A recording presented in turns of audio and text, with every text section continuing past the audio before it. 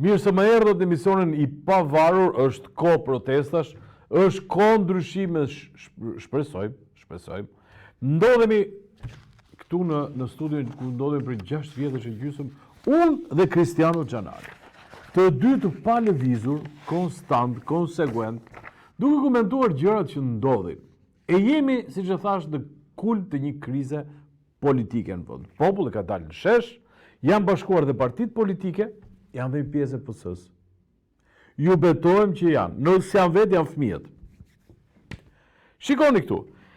PD, kërkesë kuvendit, mocion me debat për shqetësimet e PE për Shqipërinë.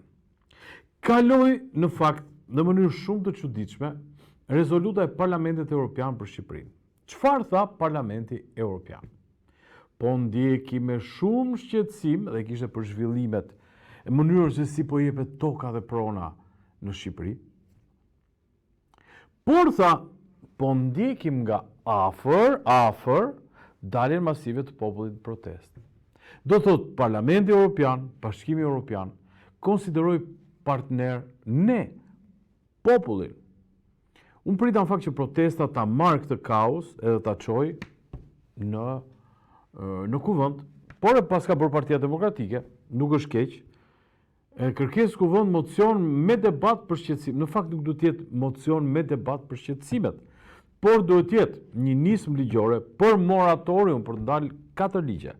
Pra kemi ligjin e paketës maleve, kemi të investitorëve strategjik, kemi atë të mërshmi që po hynë tani në parlament, që është shitja tokës bujësore të huajve. Pra ti mund të jesh shqiptar, po jesh shqiptar pa tokë, jesh shqiptar emigrant në Shqipëri. Kështu që shumë mirë që po hynë kjo kërkesa, por jo kështu.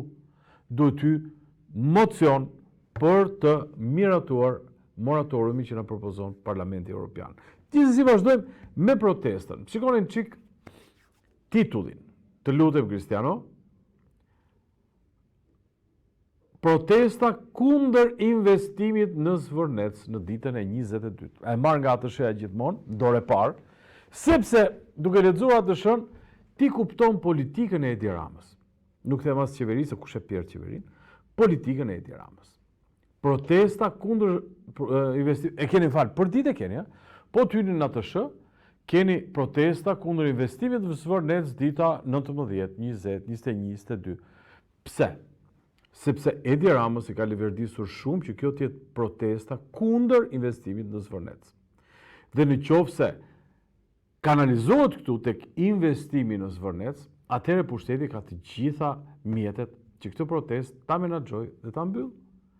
Këtë protest ta bëj pis, do thoj janë interesa të huaja, janë konkurrent, janë armiqtë e Trumpit, e bla bla bla. Në fakt, në këtë shesh, ku unë jam pothuaj për natë, kam parë dhe takuar njerëz të cilët kanë dalë aty pa pjerdhur për Zvërnecin, për Flamengon dhe për asgjë tjetër, kundër padrejtësive. Njerëzit që janë këtu, në këtë që ky e quan kundër investimit në Zvërnec, e konsiderojnë Edi Ramën përfaqësues të mafjas, të krimit ndërkombëtar që ka kapur pushtetet në Shqipëri, ose siç thotë opozita, narkoshtet, edhe nuk e ka dhënë aq gabim. Pra është një shtet ku kokaina matet me 10 tonelata që kalon për Shqipëri. Ato para, natyrisht, ato vinë me kontajner, dhe pastaj kthehen në beton, kthehen në investime, e në çfarë duash ti. Dhe përfaqësuesi politik është Edi Rama, I cili për të realizuar, sa të po të shërbesh krimit, kështu shkon puna, për të realizuar qëllimet e krimit, përdor padrejtësi kundër këtyre që janë këtu në shesh. Pse më hyri dora këtu poshtë? Apo, jo, pse hyri këtu? Nese. Ideja kjo është, pak a shumë. Ma iq pak, dali vend tjetër. Ja dhe ky ministri. Po ky më fut në dëshpërim gjithmonë. Kur e shoh portretin e këtij, mendoj që kur shoh portretin e këtij njeriu, shikojnë çik, hapet çik ta shohë shqiptarët, hape. Hapet, lutem, hape. Hape, ja. Urdhë. Ky njeri duket sikur në gjanë si portieri kombëtarës për shembull në një ndeshje decisive, kur ndeshja është barazim, është minuta 92, të gjithë janë të qetë të gëzuar, pa pritur një gol dhe Për mua është fytyra dështimit. Është fytyra dështimit. Dhe me këtë fytyrë të dështimit, botuar nga Agjencia Telegrafike Shqiptare, lexoj edhe një idiotësi. Idiotësi. La mallari pjesëmarrësve në protestë, jeni të mirëpritur, thot. Pra, a thua se ne po i shkojmë për darkë ti, në shtëpitë vet, e këtu dhe jeni të mirëpritur, thot. Se po të jemi të keq pritur na plasit trapi. Por kursejni vetes refrenin e emigrantëve me bilet vetëm vajtje. Ne nuk i kursejmë vetes as një gjë se do flasim, do themi çfarë na do trapi. Ne mund të themi emigrant, ne mund të themi flamingo, ne mund të themi çfarë na do trapi, por ajo që na do trapi ne, dhe gjithë shqiptarëve është qërroni, shporruni, hajdut. Pjesë e mafjes. Dhe këta janë më mut se ai që është në krye, për një motiv thjesht. Se ai e di se ç'bën. Kurse këta duan një lukë dhe marrin urdhrat e atij. Dhe dalin e pata të muhabetin e algoritmit. Doli Rama dhe tha po na mundin me algoritëm.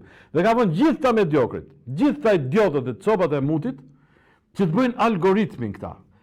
Ka filluar postojnë dhe në postimet e tyre del një postim idiot, po shumë idiot, që thot jeni të mirëpritur. Po kush të pjerë më, jo tënda ka lënë këtë vend? Mi qëra fjala. Nëse, ma e gjithë qik, e kemi se neve duhet të regojmë pak, urdo, sa desha të mbyll gojë, nuk qatë them, as kushi, shqetësuese, gjua e urrejtjes ndar këtyre që mendojnë ndryshe nga protesta. Kjo ka qenë as kushi, ministri i arsimit.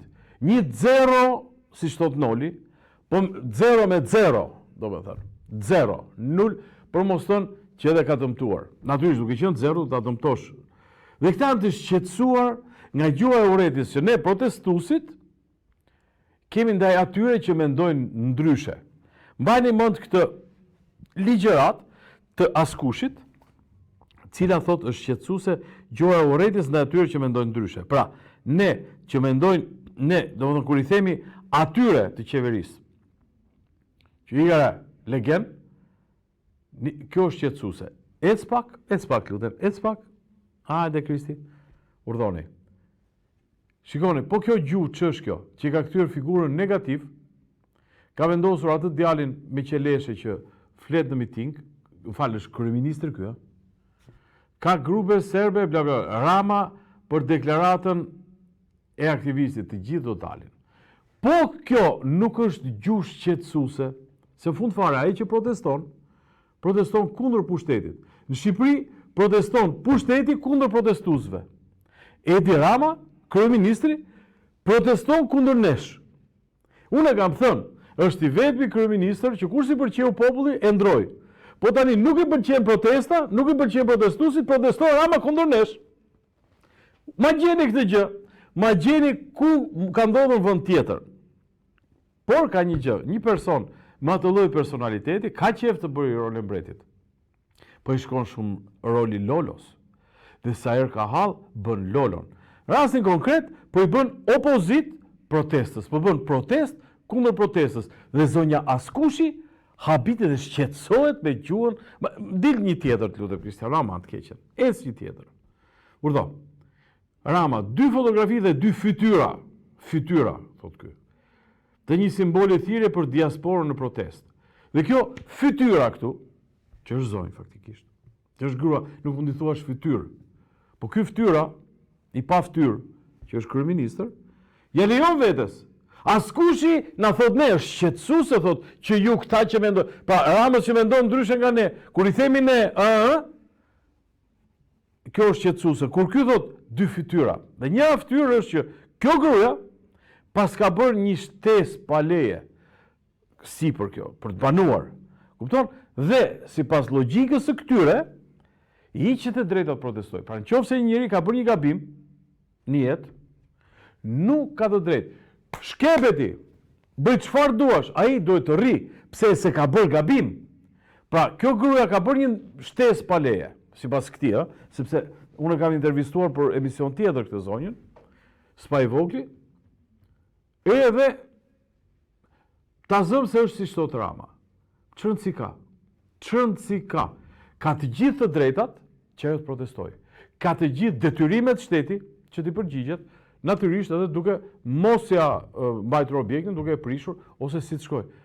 Por nuk mundet të sulmoj kryeministri protestuesit. Pra, të protestoj Edi Rama, të bullizoj Edi Rama pjesëmarrësit protestë. Le ta vazhdojë për janë shumë. Janë 100.000 të paktën që janë ndruar në për protestë. Nuk do i dali algoritmi. Ma nxirr të i tjetër. Edhe i tjetër të keqen. Ja urdhoni. Ky që tha jo vamre, ti kem Terezio Byrazerta. Shikoni këtu. Shqiptarët në protestë Begaj luan 5 gur thot në Kirgjistan. Si t'ja bëjmë kësaj? Mjepri do të zgjidhe, si t'ja bëjmë kësaj? Presidenti e Republikës, ndërkohë që Stambolli digjet, ka vajtur këtu dhe ka luajtur me gur në Kirgjistan. Nuk është se loja vetvete është gabim.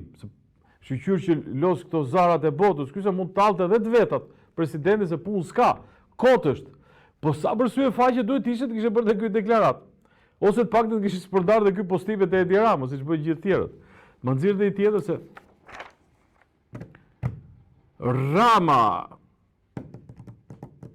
Rama. Shqipëria hyn në një etapë të re.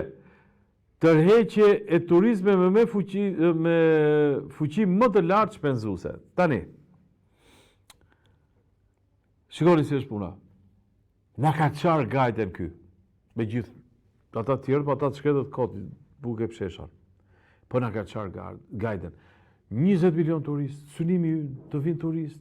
U bën Shqipëria Karaibet, ku di unë, si që ishte i gjë tjetër, Aruba, apo Aruba është tjetër. Nese, pra ne ishim destinacion turistik, edhe thoshte, vrap se Shqipëria është një vend ku ende janë gjërat e virgja edhe të lira. Dhe Edi Rama këtë lloj platforme pati. Dhe natyrisht në këtë lloj platforme u investuan shumë njerëz, agjenci turistike, hoteleri, restorante. Tani që doli Zvërnjeci, kemi ndruar, hyn në një etapë të re, tërheqje turizve me fuqi më të lartë shpenzuese. Edhe kjo është një zgjidhje. Pra, ka vende që kanë turizëm luksi. Nuk vinë 20 milion, po vinë 200.000, po ata 200.000 shpenzojnë sa për 20 milion edhe jërë hatë. Pyetja 20 milion që është, çfarë i ofrojmë ne këtyre turistëve, se këtyre që vinë deri më sot, ekskursion janë, hanë dhe byreqe, pinë dhe dhallë të sahati, marrin dhe sanduiç, marrin dhe shishe ujë, edhe me atë allakate gjithë ditën, spinas, bira, kafe, në rregull, po që se si bëjnë një lloj xhiroje. Që të kesh fuqi shpenzuese, duhet të kesh fusha golfi, duhet të kesh lëndina ku ecin kuaj, duhet të kesh, ku diun, ngjitje në mal, zbritje në fush. Shqipëria ka bekuar Zoti me atë detin, i çojmë dhe ne në përkala, ku i zegjumi ata të shkretët duke u ngjitur në përkala, se kam parë sa janë dhirë me kala. Ka Franca, shato, ajo, cateau, shato do thot kështjell. Edhe janë më të bukura se këto tonat. Dhe ne tregojmë dhe histori që aty nuk e kërcet fare. Domethënë si të shkosh në Burkina Faso, e thoi Hutu Mutu, që ka qenë komandant 1652-shin, ka vrarë Kutuk Mutun, dhe pastaj këtu për kalar, që ty s'plas fare. Dhe neve, kur vinë këtu i tregojmë histori me shpata, me luftë, ku do hap drekën. Nese. Pra, deri sot kemi turizmin e ekskursionit. Tani me këtë me fuqi më të madhe blerëse, çfarë do t'i shesim ne? Hotelet, s'kan para ata, detin që hyn themeli i ndërtesës deri në det, ky burr i shpresoj po e pyetën, ta sqaroj se si është kjo ndryshimi. Gjithsesi do të jetë një ndryshim drastik në politikën dhe ekonominë e vendit, ë. Pak pushim dhe kthehemi sërish.